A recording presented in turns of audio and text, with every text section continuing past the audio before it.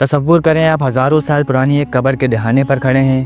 آپ کے سامنے ایک ایسا دروازہ ہے جو وقت کے کفل میں بند ہے۔ ریت کے ذروں پر چلتی ہوا سرگوشیاں کر رہی ہیں جیسے کسی اور دنیا سے کوئی آپ کو روک رہا ہو، اور پھر آپ دروازہ توڑ دیتے ہیں۔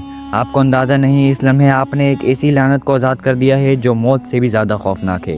یہ کہانی ہے دی کرس آف دی ممی، فرعون کے انتقام کی، جو وقت اور فاصلے کی ہر دیوار کو توڑ کر آپ تک پہنچ سکتی ہے۔ یہ 20ویں صدی کی سب سے بڑی آرکیولوجیکل دریافت تھی۔ سال 1922 مصر کے شہر لگزر کے قریب وادی الملک یعنی ویلی آف دی کنگز کی سرزمین پر ایک برطانوی ماہر آثار قدیم ہوورڈ کارٹر برسوں سے کھدائی کر رہا تھا۔ اس یقین کے ساتھ دفن کیا جاتا تھا کہ وہ آخرت کی زندگی میں اپنی شان برقرار رکھیں گے۔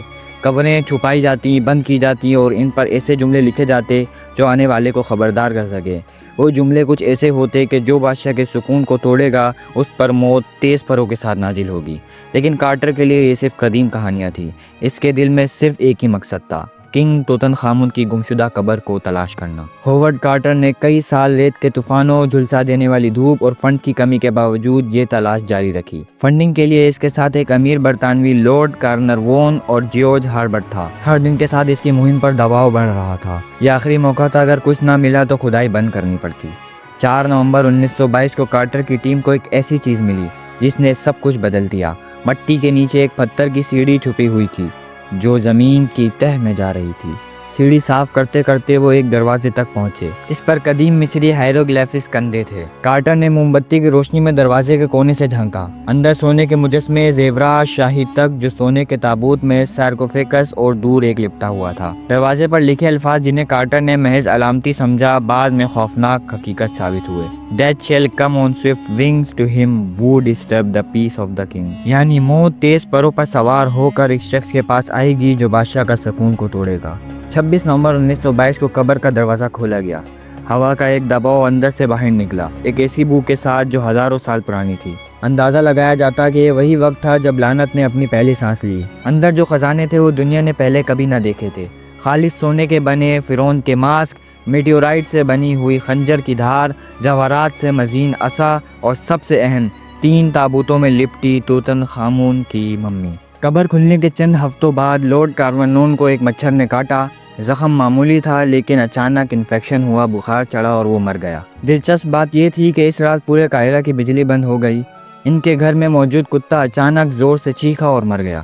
یہ اتفاق تھا شاید، لیکن پھر یہ سلسلے رکنے والے نہیں تھے۔ جارج جے کول قبر دیکھنے کے بعد بخار میں مبتلا ہوئے اور مر گئے۔ پرنس علی فہمی بے پراسرار حالت میں قتل ہوئے۔ کارٹر کی ٹیم کے کئی ممبر عجیب حادثات اور بیماریوں میں مارے گئے۔ دنیا کے اخبارات نے اسے دی ممی کرس کا نام دیا۔ لوگ یہ ماننے لگے کہ فرعون کی روح بدلہ لے رہی ہے۔ سیاہ قبر کے قریب جانے سے ڈرنے لگے، لیکن تجسس انہیں روکتا بھی نہیں تھا۔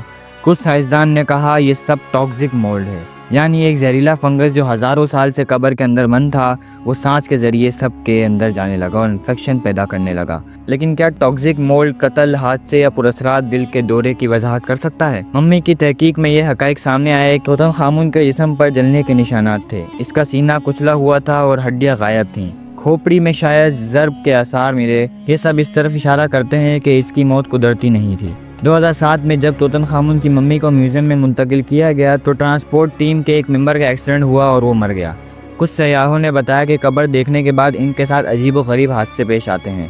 آج بھی ایجپشین گائیڈز کہتے ہیں یہ محض ایک ممی نہیں، یہ ایک زندہ لعنت ہے، اور شاید اسی لیے کئی سائنسدان آج بھی توتن خامون کی قبر میں جانے سے انکار کرتے ہیں۔ تو کیا یہ سب محض اتفاق تھا یا واقعی ہزاروں سال پرانی ایک روح وقت کے ہر کفل کو توڑ کر انتقام لے سکتی ہے؟ شاید کچھ راز ہمیشہ راز ہی رہنے چاہیے۔ آپ کو اس بارے میں کچھ پتہ ہے تو کمنٹس میں ضرور بتائیے گا، اور ملتے ہیں اگلی کسی ویڈیو میں۔ اللہ حافظ۔